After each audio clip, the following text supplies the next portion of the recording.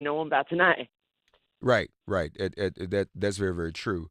Um, so what we're looking at, one, well, there are a few things. There's the birther smear. Correct. There's the issue of her sleeping her way to the top. That's the way they're coming at Kamala Harris. Um, Correct. you highlight that in your piece. Tommy Lahren is pushing that real hard about her uh, uh, sleeping her way to the top. She devoted the entire segment of her show on Fox Nation to make that argument and to attack the Me Too movement over that, as if the issue here is how this undermines all of the accomplishments of an incredibly successful politician. And it's the kind of thing that you wouldn't really see, this angle, you wouldn't really see it if the politician in question was a man, or the Right, person right. running for the presidency in this case was a man. And it's something that has kind of trickled down, and the opposite, actually, it trickled up, because it came from message boards, and it opened up an opportunity for a lot of right-wing pundits and far-right trolls to use as an excuse to use a born language against a person that is, at the end of the day, incredibly accomplished, and that wouldn't be at the receiving end of these misogynistic, gross insults if it was a man. So that's the kind of double standard that we are trying to point out here, and how from the early stages is being launched against her. Even though, like, she just announced, the day after she announced this, started becoming a narrative on the message boards that are usually populated by far right trolls. Specifically on Reddit, on the subreddit, that's the forum page for supporters of Donald Trump. This is where early on this narrative started bubbling up and building. And, after the former mayor of San Francisco, Willie Brown, came out with a column explaining how they did it, and yet that had never stopped Kamala Harris from doing her job as a DA, and from stating that she would have no trouble prosecuting anyone that had a reason to be prosecuted. So even that was used as, Fox News spun that as an admission, and from that it just built up and bubbled and opened the door to trolls to feel like they had permission, and it greenlit this sort of attack, and it just escalated into very gross and misogynistic insults. And so, but now that's the one part. But then there's also this birther issue as well, correct? That's correct. And the further issue would have, it wouldn't have bubbled up to anyone's attention, because it was kind of being carried around by low level trolls, by people that no one seriously considers to be legitimate sources of good information. It's usually, the trolls and grifters that are in it to make money out of making provocative statements and getting attention in media. The problem, though, is that this sort of, like, useless smear that has really no base in reality, because Kamala Harris was born in Oakland, as you know, was picked up by Chris Cuomo on CNN, and he sort of presented it as a both sides situation, in which he was like, well, like, the other side has to come up with proof to, like, nip this in the bud. And it was like, why are you putting the burden of proof on the person that doesn't need to have any proof that she was born in Oakland? Like, he missed the point of pointing out how racist this is, and how these sort of attacks are leveled from early on. And they are, because they were successful the first time around with Obama. You will remember that Donald Trump, his climb into political relevance came from using the Birther conspiracy to get a platform on Fox News every Monday on Fox and Friends. And that was sort of what launched this attack, and this strategy became feasible because it has that origin in being leveled against the first black man who had a successful run to the presidency.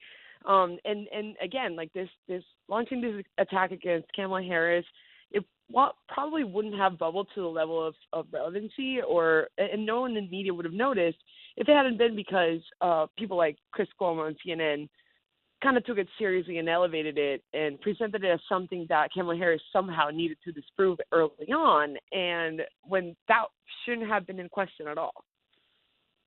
No, you're absolutely right. It shouldn't have. So, obviously, a lot of the attention she's getting. Cristina Lopez with us of MediaMatters.org. Folks, quick calls if you have them, 866-99-SIRIUS.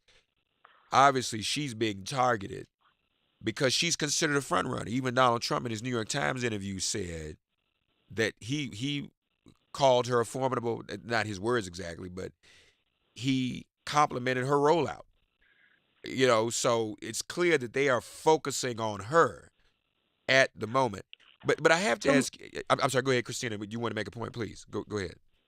I feel like right now they're throwing everything at the wall to see what sticks, because another person who is also had to come out and be targeted by the smears of far right trolls and speculation on different platforms has been Elizabeth Warren.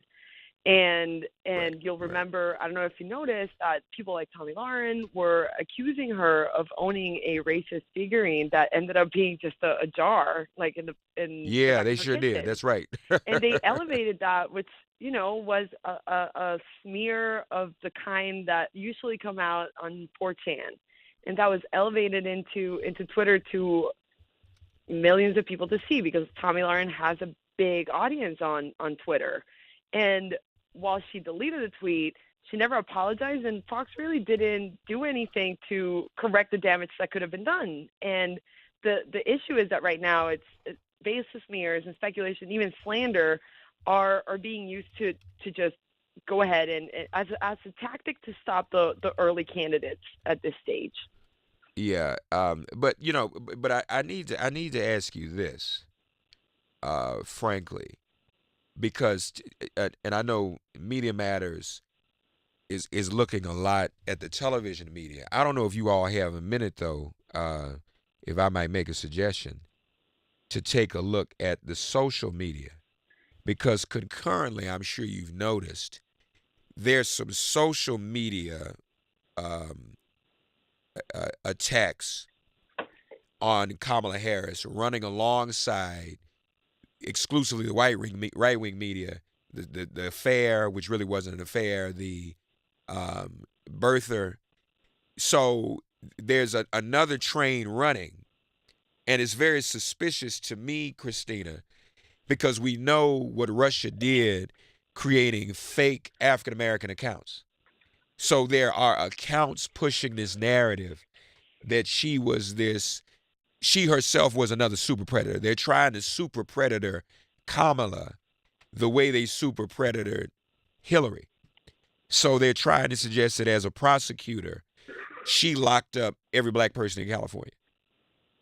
And so I'm wondering if you all can, or if you already have, looked at that, and whether or not that's also, because we saw what happened in 2016 with Hillary and fake accounts, whether that might also be a part of the strategy as well.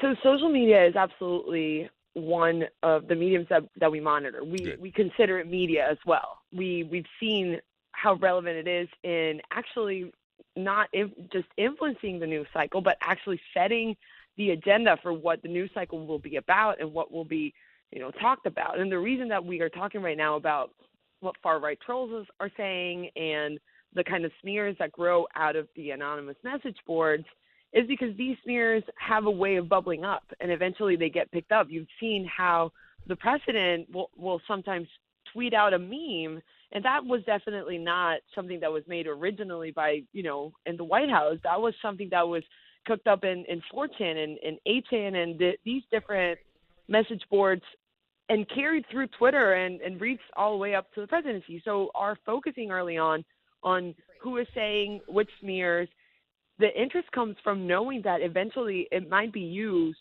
Yeah. by campaigns writ large to what to ask one of the strategies of attack. Right. So social media is absolutely something that we take very seriously.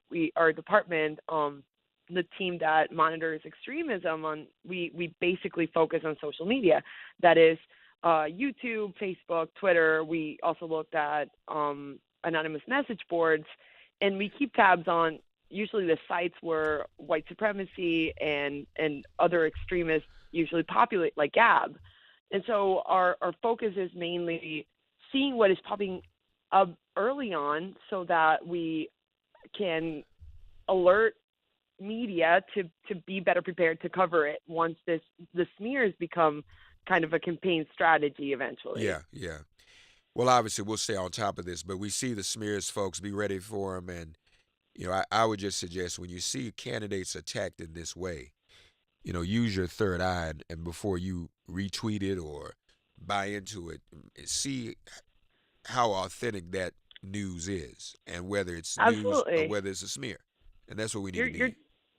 you're mentioning something that is incredibly important in this day and age, especially leading up to another presidential campaign, which is a little social media literacy, and that knowing, just in the way that we know which food is nutritious and which food isn't good for you, knowing which accounts have some level of information health and which accounts are not contributing to the conversation. And so that in a way lies a lot with some personal responsibility in Right, learning right. to discern between them. And for all others, that's part of our mission and strategy to be there to help people sort out through the noise. Yeah. Cristina Lopez, Media Matters. Thank you, Cristina. Always a pleasure to speak with you. And folks, we appreciate the great work Media Matters does. Follow them on Twitter at MMFA and go to MediaMatters.org. Thank you, Cristina, and Thank you so enjoy your much, Mark. weekend, okay? Have a good one. All right, take care now.